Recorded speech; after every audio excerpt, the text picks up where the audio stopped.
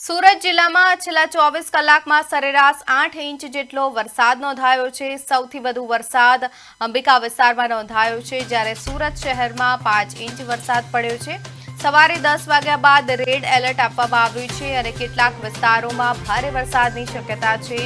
મોટાભાગની ખાડીઓ હાલ ડેન્જર લેવલથી નીચે છે, જ્યારે તાપી નદીમાં પણ નવા નીરની આવક થઈ છે। કીમ નદી ઓવરફ્લો થતા ઓલપાડ અને માંગરોળના કેટલાક ગામોને અસર થઈ છે। અંબિકા નદીમાં પણ પાણીની આવક વધતા આસપાસના ગામોમાંથી લોકોને સ્થળાંતર કરવામાં આવ્યા છે। જિલ્લામાં અત્યાર સુધીમાં 4000 લોકોનું સલામત સ્થળે રેસ્ક્યુ કરાયું છે।